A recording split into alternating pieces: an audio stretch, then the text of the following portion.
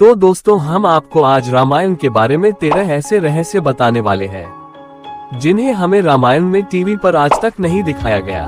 तो दोस्तों स्वागत है आपका हमारे YouTube चैनल सनातन धर्म एजे में।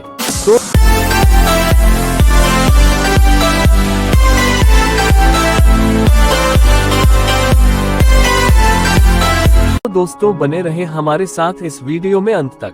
तो पहला बहुत बड़ा रहस्य, रामायण के हर 1000 श्लोक के बाद आने वाले पहले अक्षर से गायत्री मंत्र बनता है।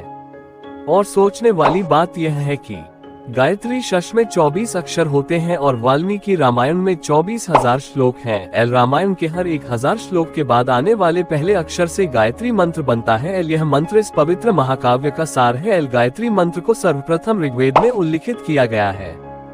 दूसरा रहस्य, राम और उनके भाइयों के अलावा राजा दशरथ एक पुत्री के भी पिता थे। हाँ दोस्तों, ये भी बिल्कुल सही है।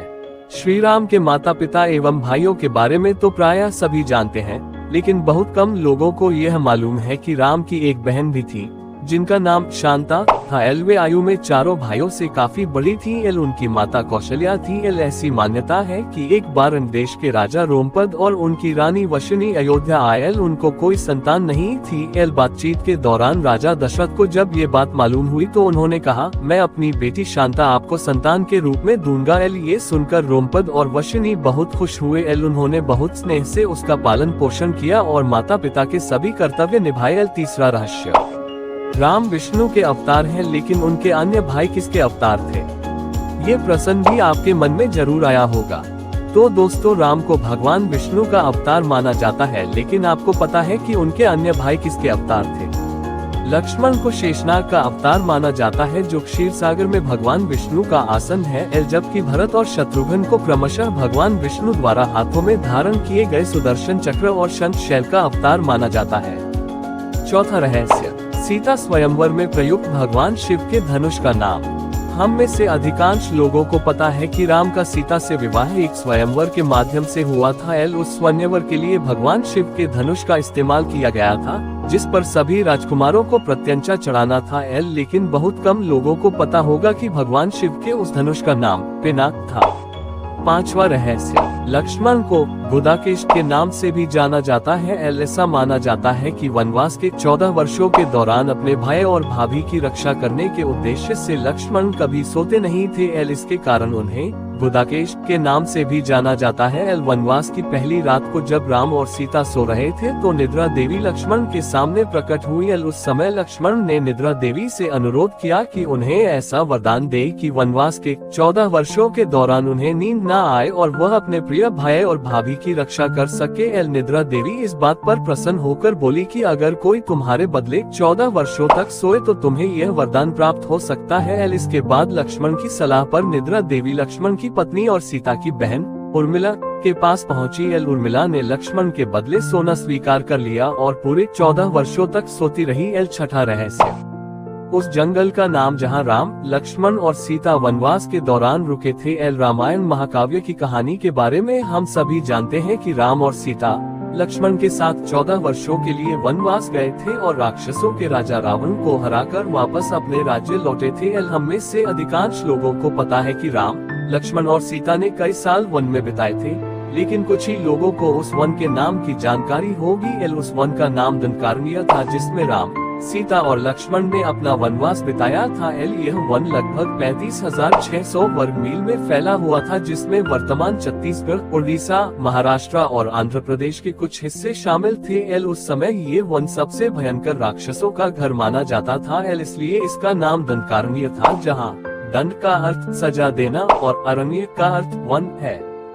सातवां रहस्य, लक्ष्मण रेखा प्रकरण का वर्णन वाल्मीकि रामायण में नहीं है। पूरे रामायण की कहानी में सबसे पेचीदा प्रकरण लक्ष्मण रेखा प्रकरण है, जिसमें लक्ष्मण वन में अपनी झोपड़ी के चारों ओर एक रेखा खींचते हैं। जब सीता के अनुरोध पर राम हिरण को पकड़ने और कोशिश करते हैं तो वह हिरण राक्षस मारीच का रूप ले लेता है। मरने के समय में मारीच राम की आवाज में लक्ष्मण और सीता के लिए रोता है। ये सुनकर सीता लक्ष्मण से आग्रह करती है कि वह अपने भाई की मदद के लिए जाए, क्योंकि ऐसा प्रतीत होता है कि उनके भाई किसी मुसीबत में फंस गए हैं। पहले तो लक्ष्मण सीता को अकेले जंगल में छोड़कर जाने को राजी नहीं हुए, लेकिन बार बार सीता द्वारा अनुरोध करने पर वह तैयार हो गए। इसके बाद लक्ष्मण ने झोपड़ी के चारों ओर एक रेखा खींची और सीता से अनुरोध किया कि वह रेखा के अंदर ही रहे और यदि कोई बाहरी व्यक्ति इस रेखा को पार करने की कोशिश करेगा तो वह जलकर भस्म हो जाएगा। इस प्रकरण के संबंध में अज्ञात तथ्य यह है कि इस कहानी का वर्णन न तो वाल्मीकि रामायण में है और न ही रामचरितमानस में है, लेकिन रामचरितमानस के लंका कांड में इस बात का उल्लेख रावण की पत्नी मंदोदरी द्वारा किया गया है। 8वां रहस्य, रावण एक उत्कृष्ट वीणा वादक था। रावण सभी राक्षसों का राजा था। बचपन में वह सभी लोगों से डरता था क्योंकि उसके 10 सिर थे। भगवान शिव के प्रति उसकी दृढ़ आस्था थी। इस बात की पुख्ता जानकारी है कि रावण एक बहुत बड़ा विद्वान था और उसने वेदों का अध्ययन किया था। लेकिन क्या आपको पता है कि रावण के ध्वज में प्रतीक के रूप में वीणा होने का कारण क्या था? चूंकि रावण एक उत्कृष्ट वीणा वादक था, जिसके कारण उसके ध्वज में प्रतीक के रूप में वीणा अंकित था। हालांकि रावण इस कला को ज्यादा तवज्जो नहीं देता था, लेकिन उसे यही यंत्र बजाना पसंद था। 9वां रहस्य, इंद्र के ईर्ष्यालु होने के कारण कुंभकर्ण को सोने का वरदान प्राप्त हुआ था। रामायण में एक दिलचस्प कहानी हमेशा सोने वाले कुंभकर्ण की है। कुंभकर्ण रावण का छोटा भाई था जिसका शरीर बहुत ही विकराल था। इसके अलावा वह पेटू बहुत अधिक खाने वाला भी था। रामायण में वर्णित है कि कुंभकर्ण लगातार 6 महीनों तक सोता रहता था और फिर सिर्फ एक दिन खाने के लिए उठता था और पुनः 6 महीनों तक सोता रहता था।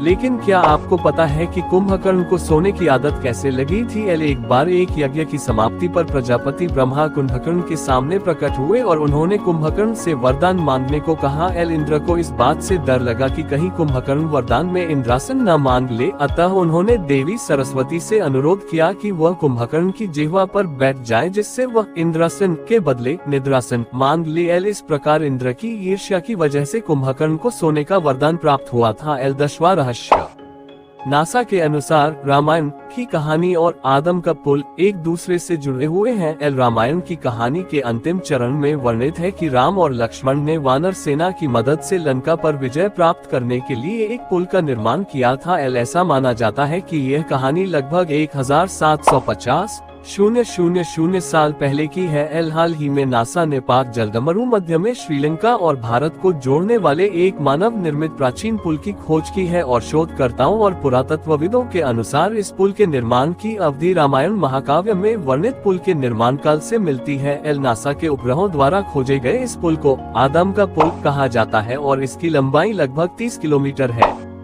11वां रहस्य, रावण को पता था कि वह राम के हाथों मारा जाएगा। रामायण की पूरी कहानी पढ़ने के बाद हमें पता चलता है कि रावण एक क्रूर और सबसे विकराल राक्षस था जिससे सभी लोग घृणा करते थे। जब रावण के भाइयों ने सीता के अपहरण की वजह से राम के हमले के बारे में सुना तो अपने भाई को आत्मसमर्पण करने की सलाह दी थी। ये सुनकर रावण ने आत्मसमर्पण करने से इनकार कर दिया और राम के हाथों मरकर मोक्ष पाने की इच्छा प्रकट की। उसके कहा कि अगर राम और लक्ष्मण 2 सामान्य इंसान हैं, तो सीता मेरे पास ही रहेगी क्योंकि मैं आसानी से उन दोनों को परास्त कर दूंगा और यदि वे देवता हैं तो मैं उन दोनों के हाथों मरकर मोक्ष प्राप्त करूंगा। 12वां रहस्य, आखिर क्यों राम ने लक्ष्मण को मृत्युदंड दिया? रामायण में वर्णित है कि श्री राम ने न चाहते हुए भी जान से प्यारे अपने छोटे भाई लक्ष्मण को मृत्युदंड दिया था। आखिर क्यों भगवान राम ने लक्ष्मण को मृत्युदंड दिया था? ये घटना उस वक्त की है जब श्री राम लंका विजय के बाद अयोध्या लौट आए थे और अयोध्या के राजा बन गए थे। एक दिन यम देवता कोई महत्वपूर्ण चर्चा करने के लिए श्री राम के पास आते हैं। चर्चा प्रारंभ करने से पूर्व उन्होंने भगवान राम से कहा कि आप मुझे वचन दें कि जब तक मेरे और आपके बीच वार्तालाप होगी हमारे बीच कोई नहीं आएगा और जो आएगा उसे आप मृत्युदंड। इसके बाद राम लक्ष्मण को ये कहते हुए द्वारपाल नियुक्त कर देते हैं कि जब तक उनकी और यम की बात हो रही है वो किसी को भी अंदर न आने दे, अन्यथा वह उसे मृत्युदंड दे देंगे। लक्ष्मण भाई की आज्ञा मानकर द्वारपाल बनकर खड़े हो जाते हैं। लक्ष्मण को द्वारपाल बने कुछ ही समय बीतने के बाद वहां पर ऋषि दुर्वासा का आगमन होता है। जब दुर्वासा ने लक्ष्मण से अपने आगमन के बारे में राम को जानकारी देने के लिए कहा तो लक्ष्मण ने विनम्रता के साथ मना कर दिया। इस पर दुर्वासा क्रोधित हो गए तथा उन्होंने संपूर्ण अयोध्या को श्राप देने की बात कही। लक्ष्मण ने शीघ्र ही यह निश्चय कर लिया कि उनको स्वयं का बलिदान देना होगा ताकि वो नगरवासियों को ऋषि के श्राप से बचा सके और उन्होंने भीतर जाकर ऋषि दुर्वासा के आगमन की सूचना दी। अब श्री राम दुविधा में पड़ गए क्योंकि उन्हें अपने वचन के अनुसार लक्ष्मण को मृत्युदंड देना था। इस दुविधा की स्थिति में श्री राम ने अपने गुरु वशिष्ठ का स्मरण किया और कोई रास्ता दिखाने को कहा। गुरुदेव ने कहा कि अपनी किसी प्रिय वस्तु का त्याग उसकी मृत्यु के समान ही है। अतः तुम अपने वचन का पालन करने के लिए लक्ष्मण का त्याग कर दो। लेकिन जैसे ही लक्ष्मण ने ये सुना तो उन्होंने राम से कहा कि आप भूलकर भी मेरा त्याग नहीं करना। आपसे दूर रहने से तो यह अच्छा है कि मैं आपके वचन का पालन करते हुए मृत्यु को गले लगा लूं। ऐसा कहकर लक्ष्मण ने जल समाधि ले ली। 13वां रहस्य, राम ने सरयू नदी में डुबकी लगाकर पृथ्वीलोक का परित्याग किया था। ऐसा माना जाता है कि जब सीता ने पृथ्वी के अंदर समाहित होकर अपने शरीर का परित्याग कर दिया तो उसके बाद राम ने सरयू नदी में जल समाधि लेकर पृथ्वीलोक का परित्याग किया था। तो ये थे दोस्तों कुछ बेहद ही खास रामायण के दिलचस्प रहस्य। अगर आपको वीडियो पसंद आई है तो कमेंट्स में जय श्री राम जरूर लिखना और ऐसी वीडियो देखने के लिए सब्सक्राइब करें हमारे सनातन धर्म चैनल को। धन्यवाद।